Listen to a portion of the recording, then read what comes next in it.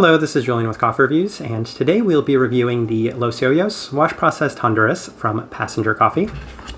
And there's the bag right there. And Passenger Coffee based out of Lancaster, Pennsylvania, and this coffee was featured in our most recent blind taste test rankings video, where it finished third place out of 4 coffees on that day.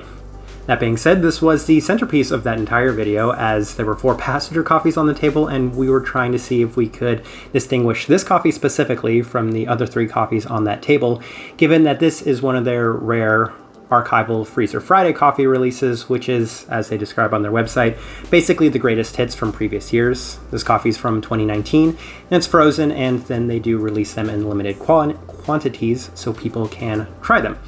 And it appealed to us. We read the story on their website. We're going to include the story about this coffee as well if you're curious and interested, but we find it to be a great story, definitely worth the read.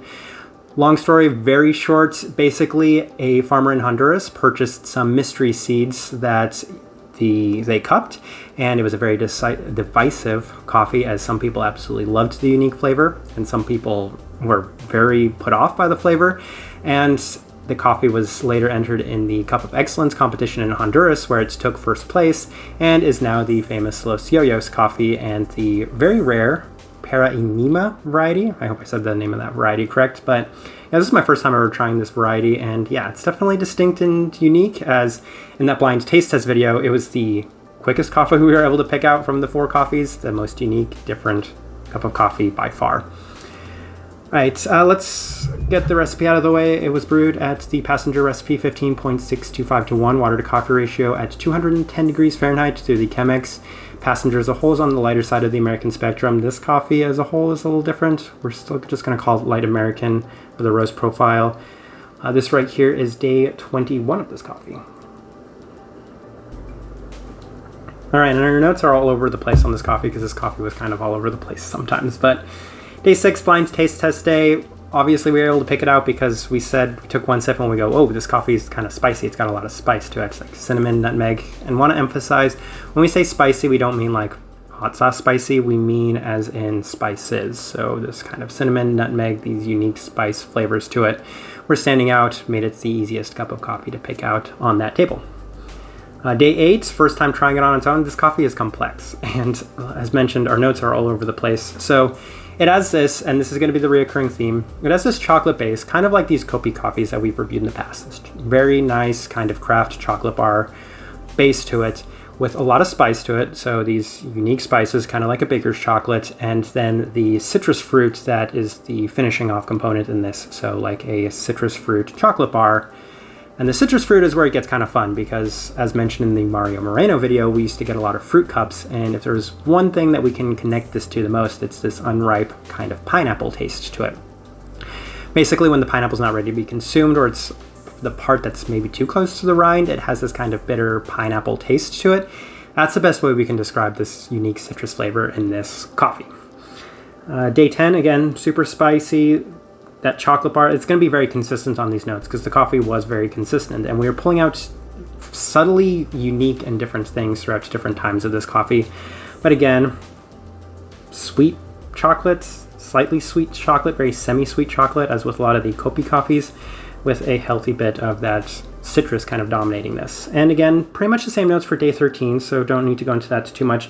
Day 15, we described it as exactly, we had mentioned it earlier, light baker's chocolate, abundance of everything from this very notable unripened pineapple fruit to some strong savoriness that we might even describe as soy sauce at one point. And there was a flavor when this coffee really cools down that we can't help but describe as those incense candles. That was very common. Quite a few times we were tasting this incensey flavor, which again goes into this weird kind of spice component to this coffee.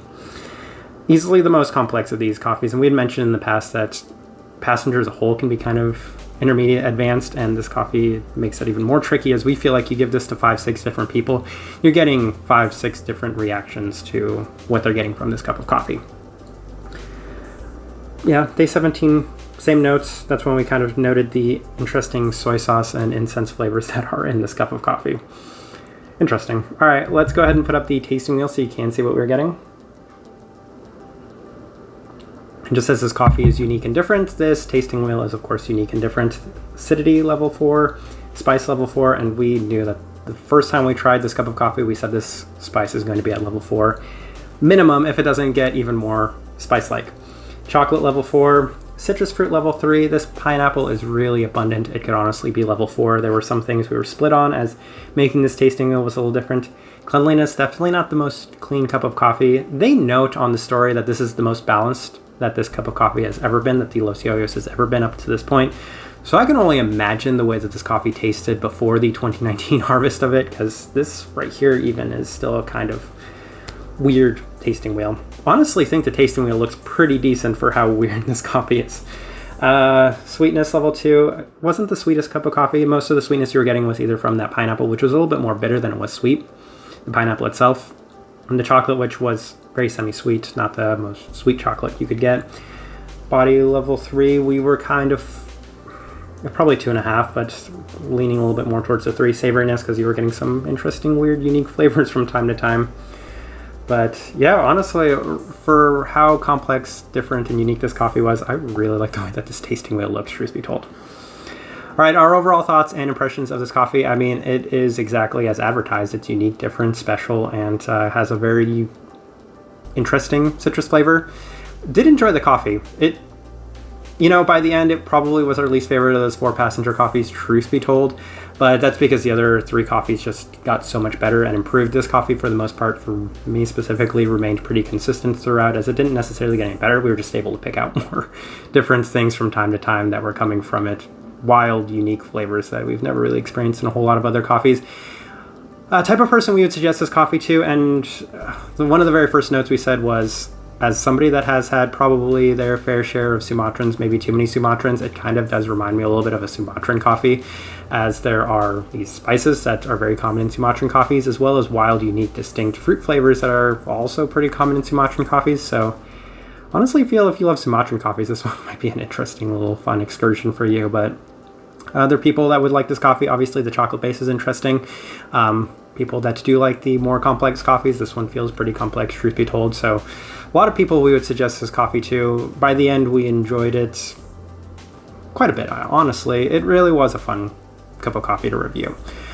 But I think we're going to leave it at that, though. If you've by chance tried any of these Los Yoyos, as we know that they've had this coffee for quite a few years regularly, love to know your thoughts and opinions of it. Honestly, would love to try one of the next harvests of this coffee, because it seems like they're doing a better job with it every year, and curious to see what this coffee is going to turn into in a couple of years. If you're enjoying the content, give this video a like and subscribe if you're not already subscribed. But this right here has been a review of the Los Yoyos Wash Processed Honduras, the 2019 harvest from Passenger Coffee. Thank you for watching.